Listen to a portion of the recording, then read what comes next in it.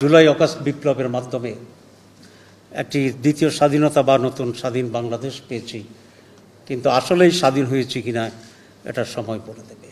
এই যে পরিবর্তন এবার হয়েছে বা যেটাকে আমরা সুযোগ বলছি, অপরচুনিটি বলছি, এটা যেন অতীতের মতোই আবার হারিয়ে না যায়। আমরা এর সাথে একমত যে এই জাতি একটি নতুন বাংলাদেশ দেখতে চায়। 54 বছরের বাংলাদেশের ব্যাপারে আমাদের মানুষের ভিতরে ব্যাপক হতাশা আছে এবং তারা কিছুটা হলেও বঞ্চিত, এবং এই জাতি একটি বীর জাতি।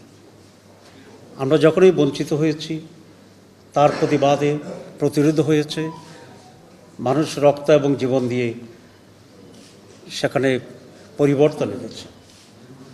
আমরা যেটা 47 সালে দেখি আমরা স্বাধীন হয়েছিলাম, কিন্তু স্বাধীনতা পাইনি।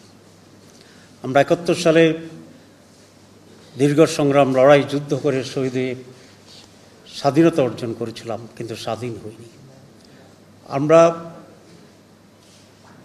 আবার জুলাই অগাস্ট বিপ্লবের মাধ্যমে একটি দ্বিতীয় স্বাধীনতা বা নতুন স্বাধীন বাংলাদেশ পেয়েছি, কিন্তু আসলেই স্বাধীন হয়েছে কিনা এটা সময় বলে দেবে। এবং এইসব ব্যত্যয়গুলো হয়েছে রক্ত এবং জীবনের বিনিময়ে। আমরা যারা নেতৃত্বে ছিলাম বা যারা নেতৃত্বে ছিল, তারা মানুষের ত্যাগ এবং প্রয়োজনকে সঠিকভাবে অনুধাবন এবং মূল্যায়ন করে পদক্ষেপ নিতে ব্যর্থ হয়েছে। আমরা আশা করি এই যে পরিবর্তন এবার হয়েছে বা যেটাকে আমরা সুযোগ বলছি, অপরচুনিটি বলছি, এটা যেন অতীতের মতোই আবার হারিয়ে না যায়।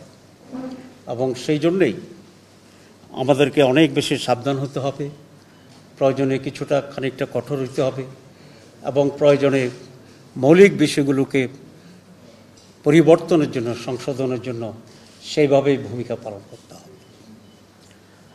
বাংলাদেশ জামাত ইসলামী এবং অন্যান্য দল, বিশেষ করে দেশের সকল মানুষই জুলাই আগস্টের পরিবর্তনে ব্যাপক ভূমিকা পালন করেছে। এরকম মেসিভ এবং অল স্পেকট্রাম পার্টিসিপেশন অতীতের আন্দোলনগুলোতে কিন্তু হয়নি। এখানে শিশুরা এসেছে, বৃদ্ধরা এসেছে, বৃদ্ধরা এসেছে, যুবকরা এসেছে, শিক্ষিতরা এসেছে, অশিক্ষিতরা এসেছে। 5 আগস্টের পরিবর্তনের পরে ঢাকা মেডিকেল কলেজে আমরা গিয়েছিলাম, আমির জামাত, ডক্টর শফিকুর রহমান সাহেব সহ হসপিটালে দেখার জন্যে।